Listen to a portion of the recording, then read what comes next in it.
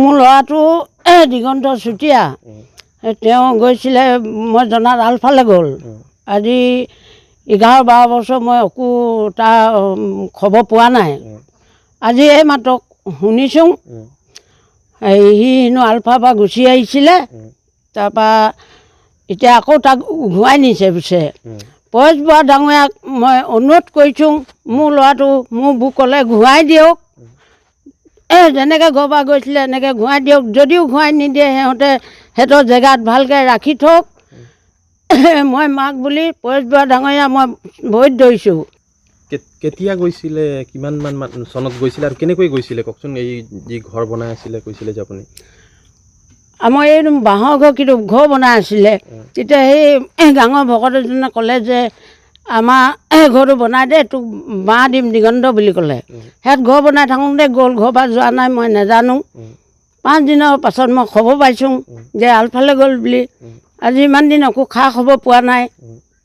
আজি মাত্ৰ আকৌ এইটো কথা শুনিছোঁ এতিয়া মই যেনেকৈ শুনিছোঁ পৰেশ বৰা ডাঙৰে মোৰ বুকলৈ আৰু মোৰ ল'ৰাটো ঘূৰাই দিয়ক বুলি মই অনুৰোধ কৰিছোঁ একো নকৰিব তাক মোক ঘূৰাই দিয়ক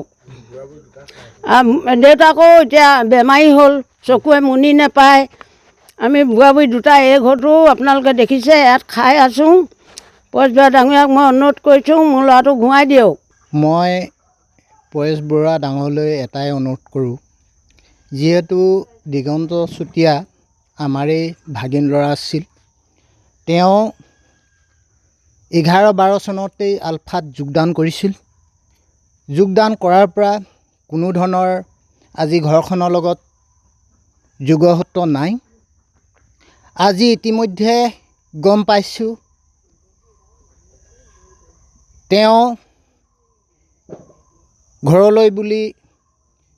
ঢাপলি মেলিছিল আধা ৰাস্তাতে তেওঁক পুনৰ কৰায়ত্ব কৰি তেওঁলোকৰ শিবিৰলৈ লৈ গৈছে বুলি শুনিছোঁ গতিকেলৈ বৃদ্ধ মাক দেউতাক হালেহে আছে গতিকেলৈ তেওঁলোকৰ মুখলৈ চাই যাতে ল'ৰাটোক পুনৰ মাক দেউতাকৰ বুকুলৈ পঠাই দিয়ে মই কৰজোৰেৰে অনুৰোধ জনাইছোঁ কাটৰ অনুৰোধ জনাইছোঁ পৰেশ বৰা ডাঙৰলৈ যিহেতু আজি 15-16 বছৰ তেখেতলোকৰ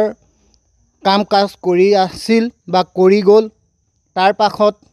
তেওঁ পুনৰ ঘৰলৈ বুলি যেতিয়া মূল সুঁতিলৈ আহিব বিচাৰিছে তেওঁক ঘৰলৈ বুলি মাক বাপেকৰ বুকুৰ মাজলৈ ঠেলি দিবৰ বাবে মই অনুৰোধ জনাই মোৰ চমু অনিষ্ট একো কৰিব নালাগে আহ্বান জনাইছোঁ আৰু লগতে অনিষ্ট যাতে কোনো ধৰণৰ অনিষ্ট নকৰে তাৰ বাবেও তেখেতলোকলৈ মোৰ কাটৰ আহ্বান ধন্যবাদ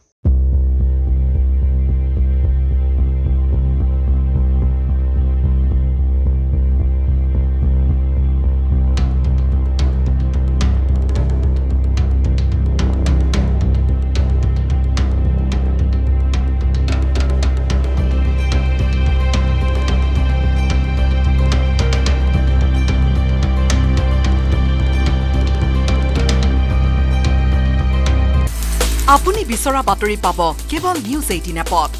নিউজ 18 এপ ডাউনলোড কৰিবলৈ স্ক্যান কৰক এই QR কোড গুগল প্লে ষ্টৰতো পাব এই নিউজ 18 এপ